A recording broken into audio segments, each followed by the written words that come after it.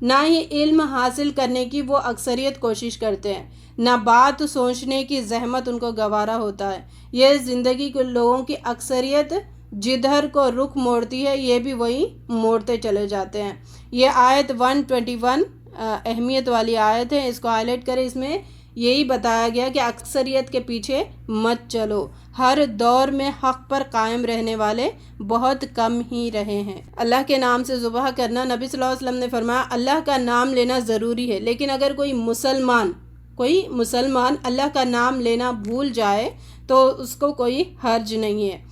نبی صلی اللہ علیہ وسلم نے فرمایا کہ مسلمان کا ذبیحہ حلال ہے۔ عائشہ رضی اللہ تعالیٰ عنہ نے پوچھا، ہمارے پاس لوگ گوشت لاتے ہیں جو نئے نئے مسلمان ہوئے ہیں، اللہ کا نام انہوں نے لیا یا نہ لیا اس کا پتہ نہیں ہوتا، تو کیا اس کا گوشت کھایا جائے؟ فرمایا نبی صلی اللہ علیہ وسلم نے کہ خود بسم اللہ پڑھ کر کھا لیا کرو۔ لازم ہے کہ نام لیا جائے، کہا جائے کہ اللہ کے نام سے اس کو ذبح کرو۔ رکوع 15، کیا وہ شخص جو پہلے مردہ تھا پھر ہم نے اس کو زندگی بخشی؟ مردہ رہنے کا مطلب ہے شرک میں مبتلا رہنا۔ جو شرک کرتا ہے وہ مردہ ہے، زندہ نہیں ہے۔ اور شرک ہی نہیں ہے، اللہ کے سارے عبادات جو بھی اللہ تعالیٰ نے بتلائے ہیں، جیسے حلال ہے، حرام ہے، حرام کو حرام سمجھنا، حلال کو حلال سمجھنا، اگر ایسا نہیں سمجھا گیا تو یہ بھی شرک میں آتا ہے۔ یہاں پہ بتایا گیا وہ شخص جو پہلے مردہ تھا پھر ہم نے اس کے زندگی بخشی، اس کو وہ روشنی عطا کی جس کے اجالے میں وہ لوگوں کے درمیان زندگی کی راہ طے کرتا ہے۔ اس شخص کی طرح ہو سکتا ہے جو تاریکیوں میں پڑا ہوا ہو، ان سے نہ نکلتا ہو۔ بس حقیقت یہ ہے کہ جسے اللہ ہدایت بخشنے کا ارادہ کرتا ہے اس کے سینے کو اسلام کے لیے کھول دیتا ہے۔ جو آنا چاہتا ہے، اس کا واحد فارمولا کیا ہے ہدایت حاصل کرنے کا؟ ہدایت حاصل کرنا ہے تو ہمیں پہلے چاہنا کہ اللہ تعالیٰ ہم آپ کی طرف آنا چاہ رہے، پھر اللہ تعالیٰ ہمارے سینے کو اسلام کے لیے کھول دیں گے۔ فَمَن يُرِيدِ اللَّهُ أَن يَهْدِيَهُ يَشْرَحْ صَدْرَهُ لِلْإِسْلَامِ وَمَن يُرِيدْ أَن يُضِلَّهُ يَجْعَلْ صَدْرَهُ ضَيِّقًا حَرَجًا كَأَنَّهُ يَصَعَّدُ فِي السَّمَاءِ۔ سینے کو کھولنا یعنی انسان جو مردہ ہوتا ہے وہ کیسے مردہ ہوتا ہے؟ پہلے وہ کافر تھا، پھر مسلمان ہوا، وحی الہی کی روشنی میں وہ آ گیا، وحی الہی کی روشنی اس کو نصیب ہو گئی، پھر وہ کفر، شرک، جہالت اور دلالت زیری تاریکیوں سے ہٹتا چلا جاتا ہے۔ اگر نہیں ہٹتا، روشنی کو نہیں دیکھتا تو پھر انہی تاریکیوں میں مبتلا ہوتے رہتا ہے، وہاں سے اس کو نکلنے کی کوئی راستہ نہیں دکھائی دیتا، اور وہ اسی حماقت میں رہتا ہے کہ میں نے جو تحقیق کی ہے وہ صحیح ہے، اور اس کی تحقیق کتابی نہیں ہوتی ہے، بس لوگوں کو دیکھ کر دیکھا دکھائی وہ اس کی تحقیق ہوتی ہے، اور اس پر وہ حماقت جتاتا ہے اور اسی میں رہتا ہے۔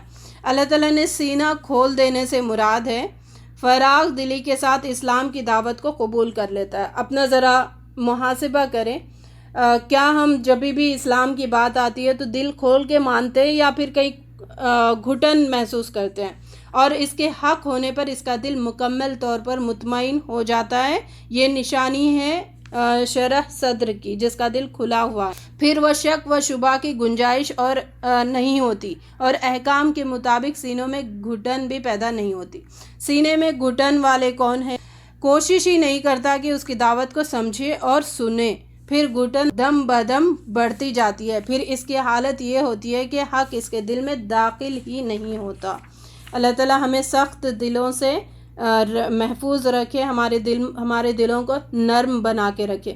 ایسے لوگوں کو اسلام کی کامیابی سے اتنی کوفت ہوتی ہے جیسے وہ بمشکل کسی بلند پہاڑی پر چڑھ رہے ہو اور سانس پھولنے کے باوجود بھی چڑھتے جا رہے ہو۔ یہ ان کا حال ہوتا ہے سخت دل والوں کا۔ جسے گمراہی میں ڈالنے کا ارادہ کرتا ہے اس کے سینے کو تنگ کر دیتا ہے اور اسے بھیجتا ہے کہ اسلام کا تصور کرتے ہی اس کو یوں معلوم ہونے لگتا ہے کہ اس کی روح آسمان کی طرف پرواز کر رہی ہو۔ اس طرح اللہ لوگوں پر ناپاکی کو مسلط کر دیتا ہے۔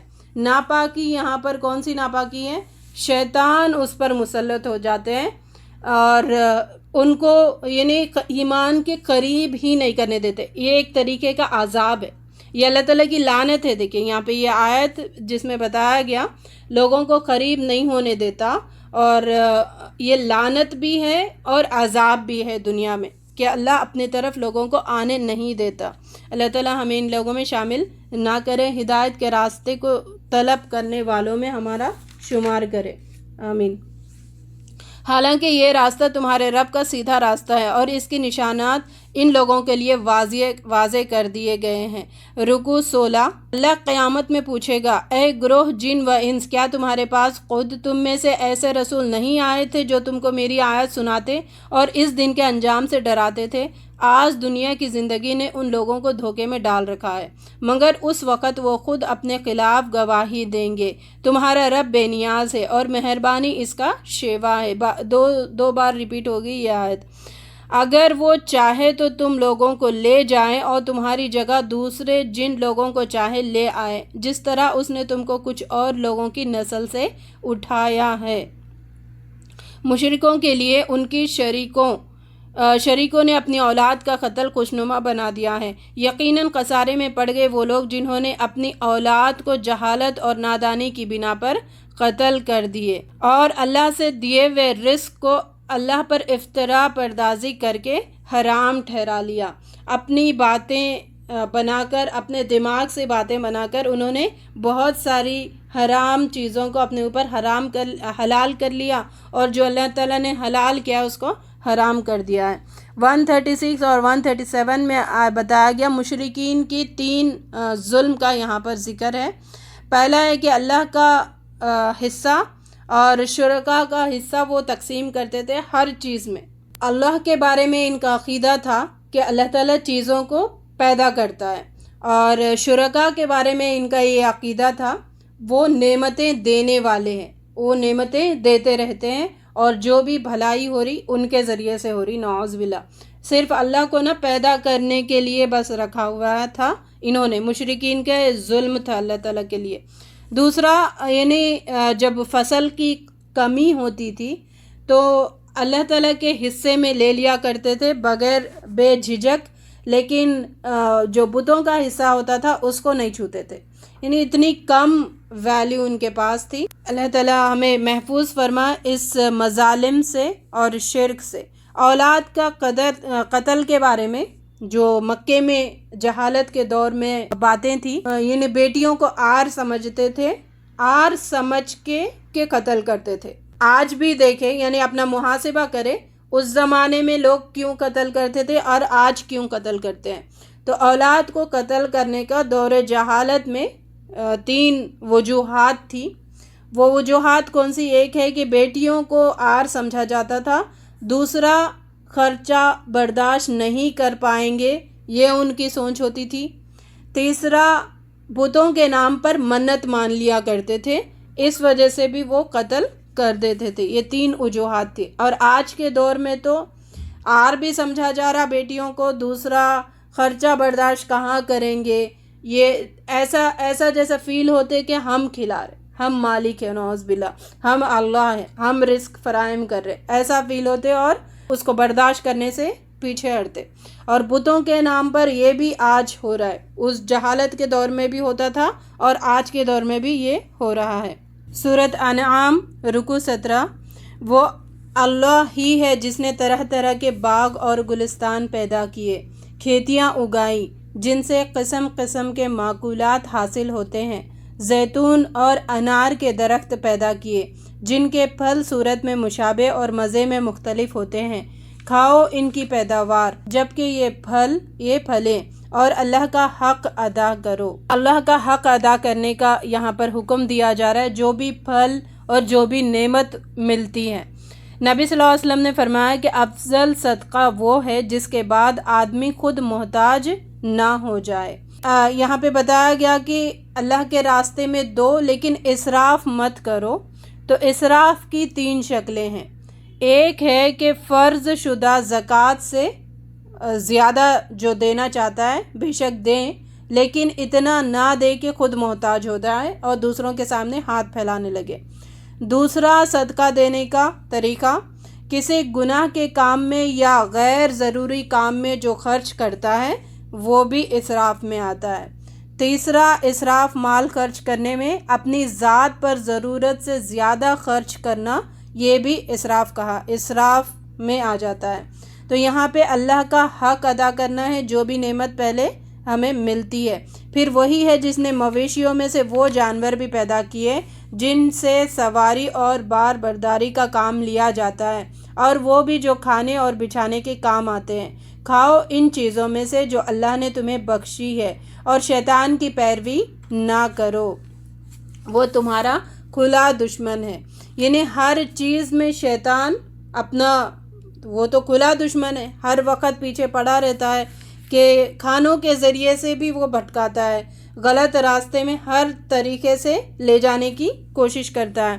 اس شخص سے بڑھ کر ظالم اور کون ہوگا جو اللہ کی طرف منسوب کر کے جھوٹی بات کہے تاکہ علم کے بغیر لوگوں کو غلط رہنمائی ملتی رہے۔ غلط رہنمائی کرتا ہے شیطان، اور اللہ پر جھوٹ باندھتے ہیں۔ اللہ تعالیٰ نے فرمایا، کیا تم اس وقت موجود تھے جب میں یہ چیزیں بنا رہا تھا؟ کسی بھی چیز کی شہادت دینے کے لیے، یعنی کسی بھی چیز کی بات ثابت کرنے کے لیے اس کو دیکھنا ضروری ہوتا ہے۔ دو شہادتوں کی ضرورت ہوتی ہے، ایک ہے یقینی بلا علم کے بنا پر شہادت، یعنی یقین ہے، جیسے نبئونی بعلم، یقین کے علم کے ساتھ۔ دوسرا ہے آنکھوں دیکھی شہادت، اور جو ہم مسلمان رکھتے ہیں وہ یقینی علم ہے، ہم نے دیکھا نہیں نا، نہ نبی صلی اللہ علیہ وسلم کو دیکھا، نہ اللہ تعالیٰ کو دیکھا، نہ کتاب، نہ وحی کے نازل ہوتے ہوئے دیکھا، تو ہمارا ایمان کیا ہے، ہمارا علم کیا ہے؟ یقینی علم ہے۔ تو یعنی علم کے بغیر لوگوں کو غلط رہنمائی جو کرتا ہے اس کے طرف نہیں جانا ہے، ہمیں کوشش کرنا ہے، علم حاصل کرنے کی کوشش کرنا ہے، پھر صحیح راستے پر اپنے آپ کو رکھنا ہے۔ رکو نمبر 18، یہودیوں کے سرکشی پر اللہ نے ان پر بہت ساری چیزوں کو حرام قرار دیا ہے۔ اس کا ذکر سورہ بقرہ آیت 173 میں ہم نے پڑھا، سورہ مائدہ آیت 3 میں بھی ذکر ہے، سورہ انعام آیت 145 میں بھی اس کا ذکر ہے۔ بنیادی طور پر حرام چیزیں صرف 4 ہی ہیں، 4۔ پہلا مردار، دوسرا خون، اور تیسرا خنزیر کا گوشت، اور چوتھا ہر وہ چیز جو اللہ کے علاوہ کسی دوسرے کے نام پر مشہور کر دی جائے یا دوسروں کے نام پر اس کی قربانی کی جائے۔ یہ 4 چیزیں حرام ہیں، باقی ساری چیزیں حلال ہیں۔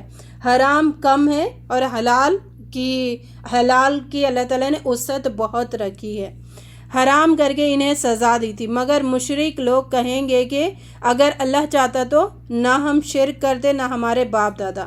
ایکچولی یہ جو یہودی تھے، یعقوب علیہ السلام نے بعض چیزوں کی کراہیت کی وجہ سے انہوں نے اپنی وہ چیزیں اپنے اوپر حرام کر لی تھی، لیکن اسی چیز کو لوگ فالو کرتے ہوئے اور بہت ساری چیزوں کو ایڈ کر کے انہوں نے حرام کرا لیا، تو اللہ تعالیٰ نے بھی ٹھیک ہے تھوپ دیا کہ یہ حرام ہی ہے، ابھی اس کے قریب نہیں جانا۔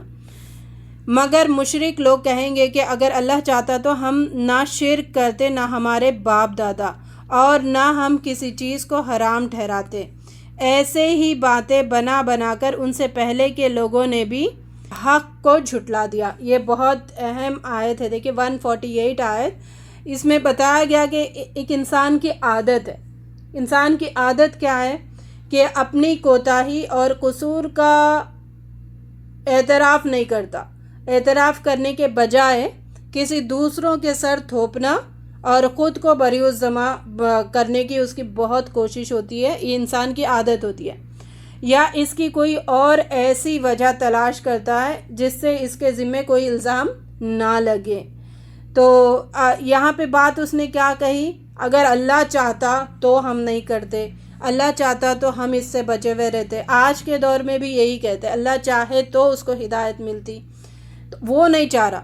ہاں، اس کو کہتے ہیں مشیت الہی، اللہ تعالیٰ کی مرضی، تو وہاں پہ تھوپتا ہے جہاں پر اس کی مرضی نہیں ہوتی، وہاں پہ اللہ تعالیٰ کی مشیت پر تھوپ دیتا ہے۔ لیکن دنیا کے معاملات میں اللہ تعالیٰ کی پر نہیں تھوپتا ہے۔ جب یعنی اس کی خود کی کوئی چیز چوری ہو گئی، اس پہ کوئی ظلم ہو گیا، تو یہ نہیں سمجھتا ہاں اللہ تعالیٰ کی مرضی، چلو ایسا ہی لکھا ہوا ہے، پھر مطمئن نہیں ہوتا، وہ اپنے آپ کو مظلوم وہاں پر قرار دیتا ہے اور لوگوں کے سامنے بتاتے پھرتا ہے کہ میں مظلوم ہوں، حالانکہ وہ اللہ پر جو ظلم کر رہا ہے اس کو کوئی فکر نہیں ہوتی، نہ اس بارے میں وہ سوچتا ہے۔ اس بارے میں ایک حدیث ہے، نبی صلی اللہ علیہ وسلم ایک مرتبہ حضرت علی رضی اللہ تعالیٰ عنہ فاطمہ رضی اللہ تعالیٰ عنہ کے گھر تشریف لے کے گئے اور ان دونوں کے درمیان میں بیٹھ گئے اور انہوں نے سوال کیا نبی صلی اللہ علیہ وسلم نے، کیا آپ تہجد پڑھتے ہو حضرت علی رضی اللہ تعالیٰ عنہ سے؟ حضرت علی رضی اللہ تعالیٰ عنہ نے جواب دیا، ہماری روحیں اللہ کے قبضے میں ہوتی ہے رات کے وقت، تو اگر وہ چھوڑ دے تو ہم پڑھ لیں گے۔ تو رسول صلی اللہ علیہ وسلم وہاں سے اٹھے اور اپنے ران پر ہاتھ مارا، 3 دفعہ انہوں نے ہاتھ مارا اور کہا وَكَانَ الْإِنسَانُ أَكْثَرَ شَيْءٍ جَدَلًا، یعنی اپنی اکثر باتوں میں انسان جھگڑالو واقع ہوا ہے، دوسروں پر تھوپتا ہے اور اپنے اوپر سوچتا نہیں ہے، اور یہ چیزیں نہیں کرنا ہے۔ آج بھی یہ چیزیں بہت ہوتی ہے، اللہ پر تھوپ دیا جاتا ہے، اللہ تعالیٰ بدلنا چاہے تو بدلے گا، اللہ تعالیٰ ہدایت دینا چاہے تو دے گا، نہیں، خود کو بدلنا ہوگا، پھر اللہ تعالیٰ اس کو بدلائیں گے۔ ان لوگوں کے پاس کوئی علم نہیں ہے، محض گمان پر چل رہے ہیں، نری قیاس آرائیاں کر رہے ہیں۔ تم ہرگز ان لوگوں کی خواہشات کے پیچھے نہ چلنا جنہوں نے ہماری آیت کو جھٹلایا ہے اور جو آخرت کے منکر ہے اور دوسروں کو اپنے رب کا ہمسر بناتے ہیں۔ رکوع 19۔ اللہ تعالیٰ نے جو پابندیاں عائد کی ہے وہ یہ ہے، کون سی چیزیں ہیں جن سے اللہ تعالیٰ رکنے اور بچنے کا حکم دے رہے، یہ سارا لسٹ اس رکوع میں ہے۔ اس کے ساتھ کسی کو شریک مت کرو، شرک فی الذات، اور دوسرا شرک فی الصفات، تیسرا ہے شرک فی العبادت، اللہ کی ذات میں شرک کرنا، دوسرا اللہ تعالیٰ کی جو کوالٹیز ہے، صفات ہے، وہ دوسروں کو بھی ان صفات کا مالک سمجھنا، تیسرا عبادات جو سجدہ کیا جاتا ہے، رکوع کیا جاتا ہے، نمازیں پڑھتی ہے، قربانی دی جاتی ہے، وہ اللہ کے علاوہ دوسروں کو بھی دیا جائے، یہ 3 شرک سے بھی ہمیں بچنا ہے۔ دوسرا والدین کے ساتھ نیک سلوک کرنا، نبی صلی اللہ علیہ وسلم نے فرمایا والدین کی نافرمانی یا انہیں ستانے کو جتنا برا عذاب ہے، یعنی یہ بڑے بڑے ہلاک کرنے والے گناہوں میں سے یہ تیسرے نمبر پر آتا ہے، والدین کو ستانے کے بارے میں۔ اپنی اولاد کو مفلسی کے ڈر سے قتل مت کرو، اسی سورہ میں قریب 2 مرتبہ یہ آیت ذکر کی گئی ہے۔ زین لکثیر من المشرکین قتل اولاد کا قتل کرنا مشرکین کے لیے خوشنما بنا دیا گیا۔ پھر یہاں پر 151 میں بھی بتایا گیا، کرتے کیوں تھے؟ املاق کے وجہ سے، یعنی مفلسی کے ڈر سے۔ انسان کی نظر محض ان ظاہری اسباب جو دکھائی دیتے ہیں نا اس پر ہوتی ہے، اور جو باطنی اسباب ہے اس کے اندر اس کو نہیں دیکھ پاتا ہو کہ اس سے کیا فائدہ پہنچنے والا ہے، اس سے نظروں کو اپنی اوجھل کر لیتا ہے، صرف ظاہر جو دکھتا ہے بس اسی کو مانتا ہے اور کہتا ہے کہ یہی ایسے ہی ہوگا، اس وجہ سے یہ چیز مت کرو۔ ہم تمہیں بھی رزق دیتے ہیں، اللہ تعالیٰ کا وعدہ ہے، ہم تمہیں بھی رزق دے رہے اور تمہاری اولاد کو بھی دیں گے۔ بے شرمی کے باتوں کے قریب بھی نہ جاؤ، خواہ کھلے ہو یا چھپے۔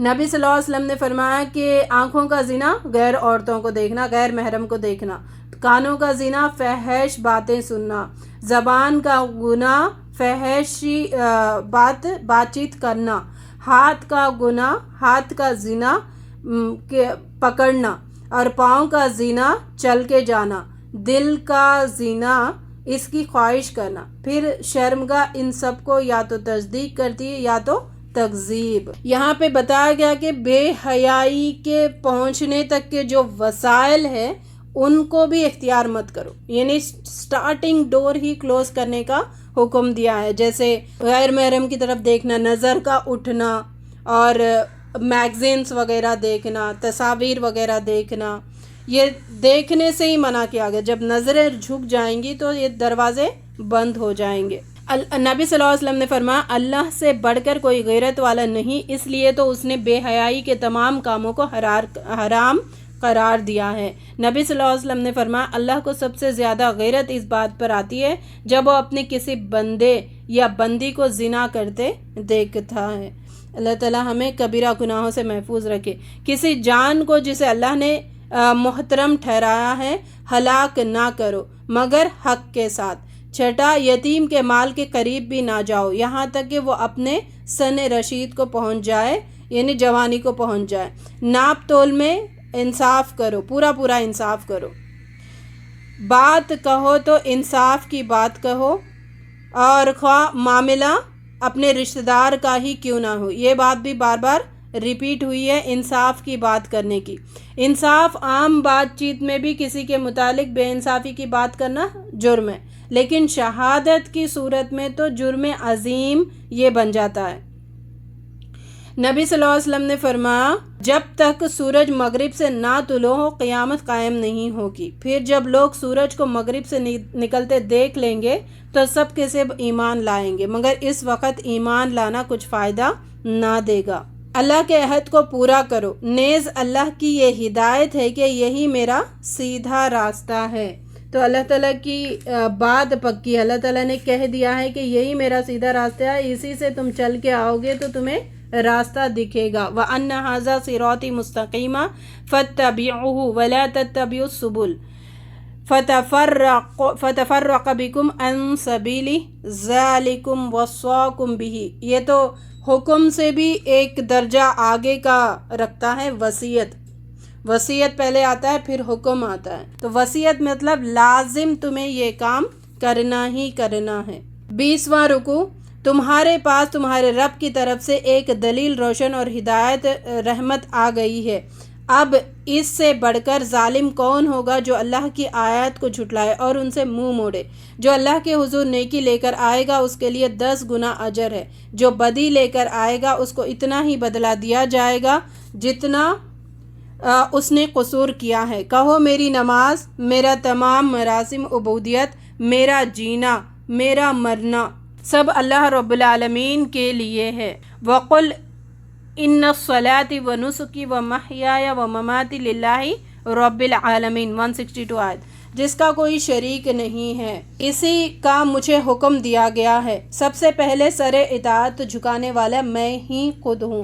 یعنی ہر دور میں جو نبی لے کے آتا تھا پہلے اس پہ امپلیمنٹ کرتا تھا، امپلیمنٹ کرنے کے بعد پھر لوگوں کو یہ بات بتائی جاتی تھی۔ ہمارا بھی یہی طریقہ ہونا چاہیے، جو ہم داعی ہے تو پہلے ہمیں امپلیمنٹ خود کرنا ہے، پھر لوگوں کو بتانا ہے، اس بات میں اثر بھی ہوتی ہے، اور یہی دعوت کا صحیح طریقہ ہے۔ کوئی بوجھ اٹھانے والا دوسرے کا بوجھ نہیں اٹھائے گا، پھر تم سب کو اپنے رب کی طرف پلٹنا ہے، اس وقت وہ تمہارے اختلافات کی حقیقت تم پر کھول دے گا۔ فرقہ واریت جو ہے یہ لعنت ہے، اللہ تعالیٰ کی طرف سے لعنت ہے، اور یہ لعنت ایسی ہے کہ جو ملت کی وحدت ہے، یونٹی ہے، اس کو پارا پارا کر دیتی ہے فرقہ واریت۔ پھر جو فرقوں میں مبتلا ہونے والی قوموں کو اللہ تعالیٰ دنیا کی نظروں میں بھی وہ ذلیل بن جاتے ہیں۔ نبی صلی اللہ علیہ وسلم نے فرمایا، جماعت مسلمین اور ان کے امام سے چمٹے رہنا۔ حذیفہ بن یمان رضی اللہ تعالیٰ عنہ کے سوال پر نبی صلی اللہ علیہ وسلم نے کہا، اگر انہوں نے کیا سوال کہ اگر جماعت نہ ہو اور امام نہ ہو تو ہم کیا کریں؟ پھر نبی صلی اللہ علیہ وسلم نے فرمایا، پھر ان تمام فرقوں سے الگ رہنا، خواہ تمہیں درخت کے جڑیں ہی کیوں نہ چبانی پڑے، یعنی موت آ جائے تمہیں لیکن تم فرقوں میں مت پڑنا، مسلمانوں کی جماعت کے ساتھ جڑے رہنا۔ اور خلائق کے بارے میں یعنی حقیقت تم پر کھول دے گا۔ اللہ تعالیٰ نے انسان کو خلیفہ بنا کر بھیجا ہے، کچھ اختیارات اس کو دیے ہیں تاکہ ان اختیارات کے ذریعے خلافت کا بوجھ اٹھا کر آگے چل سکے۔ سورۃ الاعراف 7th سورہ آف دا قرآن۔ اعراف عرف کی جمع ہے، عرف یعنی بلندی۔ اس سورت میں تذکیر بالایام اللہ کا ذکر آئے گا، اللہ تعالیٰ کے وہ خاص دن جن میں اللہ تعالیٰ نے لوگوں کو تباہ کیا تھا، برباد کیا تھا نہ ماننے کی وجہ سے، اور دنیا میں جو عذاب بھیجے ان دنوں کا ذکر، اور ان قوموں کا ذکر آئے گا جن پر اللہ تعالیٰ کا قہر برسا تھا۔ تو انعام سے پہلے یہ صورت نازل ہوئی تھی، ہجرت کے 1 سال پہلے۔ رسول صلی اللہ علیہ وسلم کی رسالت پر لبیک کہنے کا یہاں پر حکم دیا جا رہا ہے، اور اس کی 8 آیات مدینے میں نازل ہوئی ہے، اور اس میں جو اعراف ہے اس دیوار کا ذکر ہے جو جنت اور دوزخ کے درمیان ایک مقام ہوگا، ایک دیوار ہوگی جس کے مارکس 50-50 ہوں گے، آدھے جنت کے آدھے جہنم کے. ان کو اس دیوار پر کئی ٹائم تک بٹھا دیا جائے گا، پھر فائنل ان کو جنت میں بھیج دیا جائے گا. رکو 1، یہ کتاب جو تمہاری طرف نازل کی گئی ہے تاکہ تم اس کے ذریعے سے منکرین کو ڈراؤ، یعنی جو صاف انکار کرتے ہیں ان کو ڈراؤ. اور منکرین کیا کرتے ہیں؟ صاف انکار کرتے ہیں، کبھی مذاق اڑاتے ہیں، کبھی اعتراضات کرتے ہیں، کبھی معجزات طلب کرتے ہیں. تو یہ ان کا رد عمل ہوتا تھا حق کے بارے میں، یعنی حق کو نہ ماننے کا یہ ان کے بہانے ہوتے تھے. اور ایمان والوں کو نصیحت کرو، اے لوگو اس کتاب کی پیروی کرو، اپنے رب کو چھوڑ کر دوسرے سرپرستوں کی پیروی مت کرو، بات صرف اللہ ہی کی ماننا ہے. یہ فائنل حکم ہے. کتنی ہی بستیاں ہیں جنہیں ہم نے ان پر ہمارا عذاب اچانک رات کے وقت ٹوٹ پڑا، اور یا دن دہاڑے ایسے وقت آیا جبکہ وہ آرام کر رہے تھے. جب ہمارا عذاب ان پر آ گیا تو بس یہی وہ کہہ رہے تھے کہ واقعی ہم ظالم ہیں. اس روز وزن ہی عین حق ہوگا. اس دن اعمال کا وزن ہی ہوگا. جو برے اعمال ہوں گے اس کا وزن نہیں ہوگا، وہ ہلکے ہوں گے. اور اس روز وزن ہی عین حق ہوگا. جن کے پلڑے بھاری ہوں گے وہی فلاح پانے والے ہوں گے. اللہ تعالی ہم سب کے پلڑوں کو بھاری کریں قیامت کے دن، اور میزان کو ہمارا بھاری بنائے. تو اعمال صالح کا ہی وزن ہوگا. اور اچھا، وزن بھی کیسے ہوگا؟ اگر ہم نے اچھے کام کیے لیکن اس میں اللہ تعالیٰ کی اخلاص نیت نہیں ہے تو پھر وہ اللہ تعالیٰ قرآن میں ارشاد فرماتے ہیں سورہ فرقان آیت 23 میں، ہم ایسے کافروں کے اعمال اس طرح کر دیں گے جیسے اڑتا ہوا غبار بنا دیں گے، ایش بنا دیں گے. تو یہاں پہ اخلاص کی بنا پر بھی اعمال قبول ہوتے ہیں. اللہ تعالیٰ ہمیں اخلاص سے بھرپور بنا دے اور اللہ کے لیے ہر کام کرنے والوں میں شامل فرمائے. یہ فلاح پانے والے ہوں گے. ربنا جعلنا منہم، اللہ تعالیٰ ہم سب کو ان میں شامل فرمائے. جن کے پلڑے ہلکے ہوں گے وہی خسارے میں ہوں گے، کیونکہ وہ ہماری آیات کے ساتھ ظالمانہ برتاؤ کرتے رہے تھے. رکو 2، ہم نے فرشتوں سے کہا، یہاں سے آدم علیہ السلام کا ذکر آ رہا ہے. ہم نے فرشتوں سے کہا کہ آدم کو سجدہ کرو، سب نے سجدہ کیا مگر ابلیس سجدہ کرنے والوں میں شامل نہ تھا. پوچھا کس چیز نے تجھے سجدے سے روکا جبکہ تجھ کو حکم دیا گیا تھا؟ بولا میں اس سے بہتر ہوں، تو نے مجھے آگ سے پیدا کیا ہے اور اسے مٹی سے. یہ تکبر اس کے اندر آ گیا تھا. اچھا تو یہاں سے نیچے اتر، تجھے حق نہیں کہ یہاں گھمنڈ کرے، دراصل تو ذلت چاہتا ہے. یہاں پہ بات دیکھیں، غور کریں، اس کے اندر تکبر آ گیا تو اللہ تعالیٰ نے اس کو ذلیل کر کے جنت سے پھینک دیا، نکال دیا. تو اب یہاں ہم تو تکبر رکھ کے دنیا میں دلوں میں تکبر پالتے رہیں گے اور قیامت کے دن اللہ کے سامنے حاضر ہوں گے تو پھر اللہ تعالیٰ جنت میں کیسے ڈالے گا؟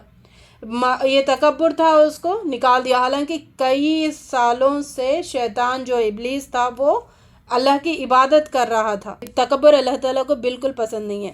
بولا مجھے اس دن تک مہلت دے جبکہ یہ سب دوبارہ اٹھائے جائیں گے. فرمایا تجھے مہلت ہے. بولا اب میں تیرے سیدھے راستے پر انسانوں کی گھاٹ میں بیٹھ جاؤں گا. تیرے سیدھے راستے پر، غلط راستے پہ یہ نہیں ملے گا. ملے گا کدھر؟ سیدھا راستے پہ.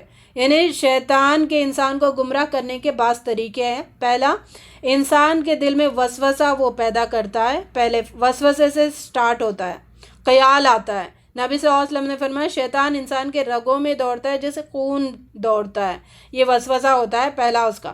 دوسرا اس کا سر سبز و شاداب باغ دکھاتا ہے، کہتا ہے کہ دیکھو یہ کر لو، اس سے یہ فائدہ ہوگا، یہ کر لو اتنا منافع پہنچے گا، ایسے کر لو یہ ہوگا. تو باغ دکھاتا ہے، خوبصورت خواب دکھاتا ہے.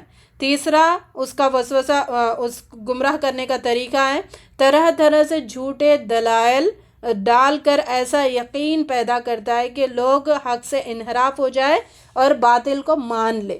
اور ایسے پروف دیکھیں نا، اپنے اطراف جو حق کو جھٹلاتے ہیں ان کے بھی دلیلیں ایسی اسٹرانگ کر کے بتاتے ہیں کبھی کبھی کہ حق والا تھوڑا جھجکتا ہے، اتنا گمراہ کر دیتا ہے شیطان.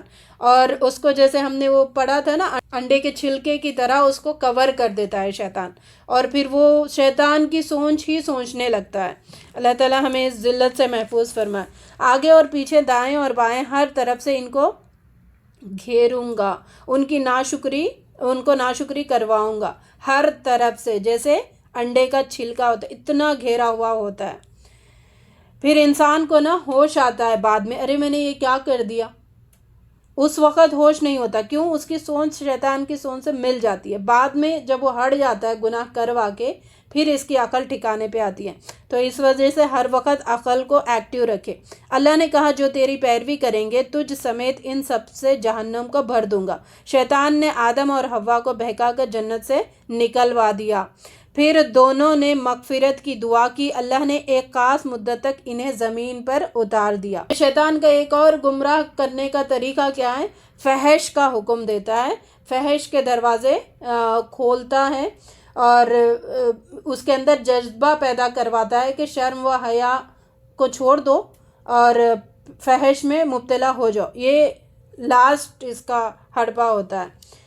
اور اچھا, یہ دشمن اللہ تعالیٰ نے کہا ہے, دشمن کہا ہے. دشمن کو دشمن ہمیں سمجھنا ہے. اللہ تعالیٰ بار بار اس دشمن کا ذکر اپنے کلام میں کرتے ہیں. انسان کی شیطان سے کیا دشمنی ہے؟ تو ایک وہ شیطان کیوں دشمنی کر رہا ہے کہ مجھے جو آزمائش میں مبتلا کیا گیا اے آدم تیرے وجہ سے, اس وجہ سے تو میرا دشمن ہے. اب آدم علیہ السلام کی کیا دشمنی شیطان سے؟ کہ اس نے بہکایا اور وہ پھل کھانے کے لیے اکسایا تھا, اور وہ پھل کھا گئے جس وجہ سے اللہ تعالیٰ نے زمین پہ بھیج دیا. تو یہ دو چیزیں آپس میں ایک دوسرے کی دشمنی کا سبب بنی ہے, اور یہ قیامت تک ہر انسان اور شیطان جن میں یہ دشمنی چلتی رہے گی. رکو 3. اے اولاد آدم, ہم نے تم پر لباس نازل کیا ہے. لباس کا اصل مقصد ہے تقوی ہمارے اندر پیدا ہونا. لباس کا مقصد تقوی پیدا کرنا. لباس کے 2 فائدے ہیں, ایک ہے اخلاقی فائدہ, دوسرا طبی فائدہ. اخلاقی یعنی ستر دھام کر ہم بے حیائی سے بچ سکتے ہیں, اخلاق ہمارے سدھرے ہوئے رہتے ہیں. اور طبی طور پر کیا ہے؟ زینت بھی ہے اور سردی گرمی سے بچاؤ کا ذریعہ ہے. اصل مقصد کیا ہے؟ تقوی حاصل کرنا. اگر پہن کر بھی کوئی ننگے ہو تو پھر تقوی کہاں ہے؟ اور فاخرانہ فخر جتانے کے لیے کوئی پہن رہا, تکبر کے خاطر کوئی پہن رہا ہے تو پھر تقوی کہاں ہے؟ جیسے جتنا اللہ تعالیٰ نے اس کو حیثیت دی ہے اتنے میں وہ لے رہا ہے اور اتنا پہن رہا ہے تو تقوی ہے. اگر نہیں اسراف کر رہا ہے تو پھر یہ تقوی نہیں ہے. دوسرا, سیکس ڈفرینشیٹ کرنا لباس سے, کہ یہ عورت ہے یہ مرد ہے.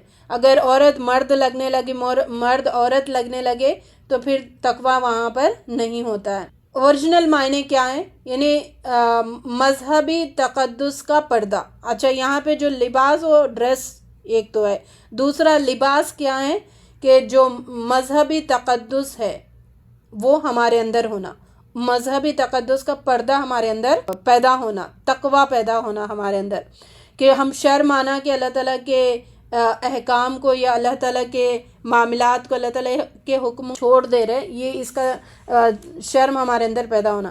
انسان کی ایک عادت ایسی ہونی چاہیے کہ جس سے تقوی کا رنگ ٹپکے, یہ لباس ہے. لیکن شیطان نے کیا کیا؟ مکر و فریب سے لوگوں کو ننگا کیا, یہ اس کا پہلا ہڑپا تھا. کیا تمہارے جسم کے قابل شرم حصوں کو ڈھانکے اور تمہارے لیے جسم کی حفاظت اور زینت کا ذریعہ بھی ہو, اور بہترین لباس تقوی کا لباس ہے. یہ اللہ کی نشانیوں میں سے ایک نشانی ہے, شاید کہ لوگ سبق لے. اے آدم کے بچوں, ایسا نہ ہو کہ شیطان تمہیں پھر سے فتنے میں مبتلا کر دے جس طرح اس نے تمہارے والدین کو جنت سے نکلوا دیا تھا. ہوشیار رہنا. اور ان کے لباس ان پر سے اتروا دیے تھے تاکہ ان کی شرم گاہیں ایک دوسرے کے سامنے کھولے. اللہ کا حکم ہے کہ ہر عبادت میں اپنا رخ ٹھیک رکھو اور اسی کو پکارو, اپنے دین کو اس کے لیے خالص رکھ کر. مگر ایک دوسرے گروہ وہ خدا کے بجائے شیاطین کو اپنا سرپرست بنا لیا ہے اور وہ سمجھ رہے ہیں کہ ہم سیدھے راستے پر ہے. اے بنی آدم, اللہ تعالیٰ ہمیں ایسی سمجھ سے محفوظ رکھے جو گمراہی کو گمراہی نہ سمجھے, ایسی سمجھ سے اللہ تعالیٰ ہمیں محفوظ رکھے.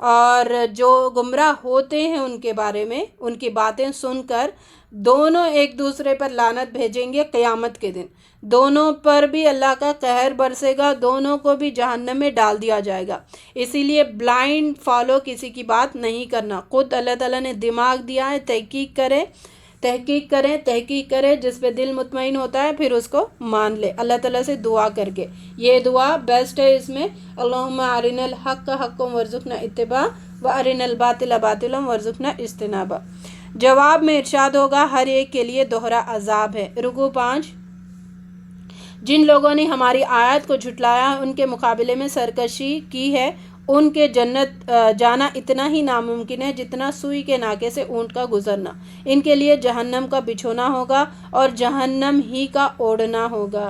اللہم اجرنا من النار، اللہم اجرنا من النار۔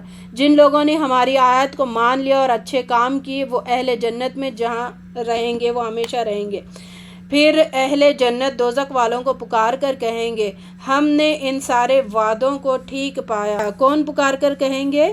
اہل جنت دوزخ والوں کو، جو ہمارے رب نے ہم سے کیے تھے، جو بھی اللہ تعالیٰ نے وعدے کیے، جو بھی اللہ تعالیٰ نے ریوارڈز کا بتایا، جنتی اس وقت پکار کر کہے گا ہم وعدہ پورا پا رہے یہاں پر، کیا تم بھی ان وعدوں کو ٹھیک پا رہے ہو جو تمہارے رب نے کیے تھے؟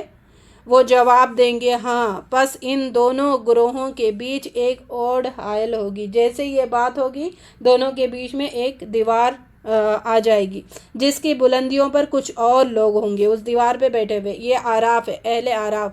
وہ جنت میں داخل تو نہ ہوں گے مگر اس کے امیدوار ہوں گے۔ جنتیوں کو دیکھ کر سلام کریں گے، جب دوزخیوں کو دیکھیں گے تو کہیں گے اے ہمارے رب ہمیں ان ظالموں میں شامل نہ کیجیے۔ دیکھیں، تصور کرے دیوار پہ بیٹھے ہوئے، ادھر بھی دیکھ رہے ادھر بھی دیکھ رہے، اور اللہ تعالیٰ کا کیا فیصلہ ہوگا ان کو وہاں پہ پتہ نہیں ہوگا، تو وہ بھی کشمکش میں ہوں گے۔ کوشش کریں کہ پورے کے پورے عمل کریں اور زیادہ سے زیادہ عمل کریں۔ رکوع 6 سورہ اعراف۔ اعراف والے لوگ دوزخ والوں سے کہیں گے دیکھ لیا تم نے، آج نہ تمہارے جتھے تمہارے کسی کام آئے اور نہ یہ ساز و سامان جن کو تم نے بڑی چیز سمجھا تھا۔ دوزخ کے لوگ جنتیوں کو پکار کر کہیں گے کچھ تھوڑا سا پانی ہم پر ڈال دو، جو رزق اللہ نے تمہیں دیا ہے اس میں سے کچھ پھینک دو۔ وہ جواب دیں گے اللہ نے یہ دونوں چیزیں منکرین حق پر حرام قرار دی ہے، جنہوں نے اپنے دین کو کھیل اور تفریح بنا لیا تھا، دنیا میں بہت لائٹ لیا تھا، بہت ہلکا لیا تھا دین کو، ساری چیزیں آخرت میں جا کر کھلیں گی، اور جنہیں دنیا کی زندگی نے فریب میں مبتلا کر رکھا تھا۔ ہم ان لوگوں کے پاس ایسی کتاب لائے ہیں جو ایمان والوں کے لیے ہدایت اور رحمت ہے، جنہوں نے اس کتاب کو نظر انداز کیا، انجام کے دن جس کی خبر یہ کتاب دے رہی ہے بہت پچھتائیں گے۔ اللہ تعالیٰ ہمیں اس کتاب کو ہدایت کے طور پر لینے والا بنائے اور اس سے محبت رکھنے والوں میں شامل فرمائے۔ رکوع 7۔ اللہ نے آسمانوں اور زمین کو 6 دن میں پیدا کیا، پھر اپنے تخت سلطنت پر جلوہ فرما ہوا۔ وہ بڑی قدرت والا ہے، اپنے رب کو پکارو گڑگڑاتے ہوئے اور چپکے، اور زمین میں فساد نہ برپا کرو جبکہ اس کی اصلاح ہو چکی ہے۔ وہ اللہ ہی ہے جو ہواؤں کو اپنی رحمت سے آگے آگے خوشخبری لیے ہوئے بھیجتا ہے، جب پھر وہ پانی سے لدے ہوئے بادل اٹھا لیتی ہے تو انہیں کسی مردہ زمین کی طرف حرکت دیتا ہے، اور وہاں مینا برسا کر اس مری ہوئی زمین سے طرح طرح کے پھل نکال لاتا ہے۔ یہ وہ مثال ہے ان لوگوں کے بارے میں جو ہدایت کی روشنی جن کے دلوں پر پڑتی ہے تو پھر وہاں پر بعض لہلہاتے کھیت بن جاتے ہیں، یعنی اس روشنی کو لے لیتے ہیں، خود بھی روشن ہوتے ہیں اور روشنی پھیلانے والے بنتے ہیں، اور جو اس پانی کو نہیں لیتے تو وہ چکنے پتھر کی طرح ہو جاتا ہے جس پہ سے پانی گزر گیا لیکن کوئی فائدہ نہیں ہوا۔ اس کھیت کی طرح ہوتا ہے جس میں جوتا بھی جائے، پانی بھی ڈالا جائے، سیجا بھی جائے لیکن اس سے کوئی فصل نہ ہوگے، مری ہوئی زمین کی طرح پھل نکال آتا ہے۔ دیکھو اس طرح ہم مردوں کو حالت موت سے نکالتے ہیں، شاید کہ تم اس مشاہدے سے سبق لو۔ جو زمین اچھی ہوتی ہے وہ اپنے رب کے حکم سے خوب پھل پھول لاتی ہے، جو زمین خراب ہوتی ہے اس سے ناقص پیداوار کے سوا کچھ نہیں نکلتا۔ تو اللہ تعالیٰ ہمارے دلوں کو اچھی زمین بنائے، نور ہدایت کو قبول کرنے والا دل ہمارا بنائے۔ رکوع 8، ہم نے نوح علیہ السلام کو اس کی قوم کی طرف بھیجا۔ یہاں سے سارے انبیاءوں کے ذکر آئیں گے، تو ان باتوں پر روشنی ڈالے، انہوں نے کن چیزوں کو نہیں مانا تھا، اپنے نبی کو کیسے جواب دیے تھے، اور اللہ تعالیٰ نے ان کو کیسے پکڑا۔ اور ہم کیا یہ گناہ کا کام ہمارے اندر موجود ہے تو احتساب کرے، اپنا محاسبہ کرے، پھر اس کو نکال کے پھینک دے۔ ہم نے نوح علیہ السلام کو اس کی قوم کی طرف بھیجا، اس نے کہا اے برادران قوم، اللہ کی بندگی کرو، اس کے سوا تمہارا کوئی خدا نہیں ہے۔ میں تمہارے حق میں ایک ہولناک دن کے عذاب سے ڈراتا ہوں۔